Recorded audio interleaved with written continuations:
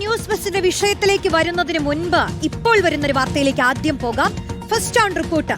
പാലക്കാട്ടെ KSRTC bus മോഷ്ടിച്ച പ്രതി പിടിയിൽ. പാലക്കാട് മേപ്പറമ്പ് നെല്ലിക്കാട് സ്വദേശി ഫാസിലാണ് പിടിയിലായത്. CCTV ദൃശ്യങ്ങൾ കേന്ദ്രീകരിച്ച് നടത്തിയ അന്വേഷണത്തിലാണ് പ്രതി പിടിയിലായത്. ഒരാൾ കൂടി പിടിയിലാകാനുണ്ടെന്ന് പോലീസ് പറയുന്നു. ഇക്ബാൽ അറക്കൽ ചേരുന്നു.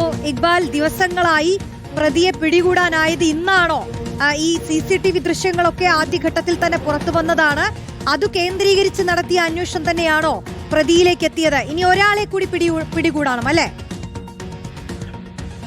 രോഷി, തീർച്ചയായും വലിയ ഒരു വിവാദമായിരുന്നു പാലക്കാട്ടെ ഈ KSRTC ബസ് മോഷണം.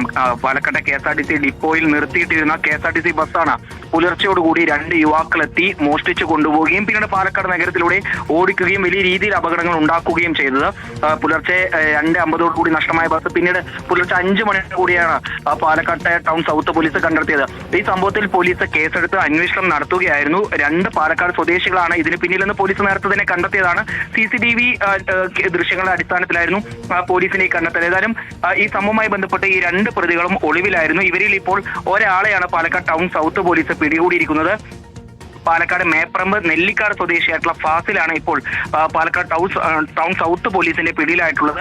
ഫാസിലാണ് ഈ ബസ് മോഷ്ടിക്കുകയും പിന്നീട് നഗരത്തിലൂടെ ഓടിക്കുകയും ചെയ്തിട്ടുള്ളത് എന്നാണ് പോലീസിന്റെ കണ്ടെത്തൽ. ഫാസിലെ അറസ്റ്റ് ഇപ്പോൾ പാലക്കാട് ടൗൺ സൗത്ത് പോലീസ് രേഖപ്പെടുത്തിയിട്ടുണ്ട്. ഇയാളുമായി പോലീസ് ഇന്ന് തന്നെ തെളിവെടുപ്പ് നടത്തും. ഈ ഫാസിലിനൊപ്പം ഈ KSRTC ബസ് മോഷ്ടിക്കാനൊപ്പം ഉണ്ടായിരുന്ന മറ്റൊരു യുവാവുണ്ട്. ഈ യുവാവിന് വേണ്ടിയുള്ള അന്വേഷണം വ്യാപിച്ചിരിക്കുകയാണെന്നുള്ളതാണ് പാലക്കാട് ടൗൺ സൗത്ത് പോലീസ് അറിയിച്ചിട്ടുള്ളത്. ശരി, ഇക്ബാൽ അറക്കലാണ് പാലക്കാട് നിന്നും വിശദാംശങ്ങൾ.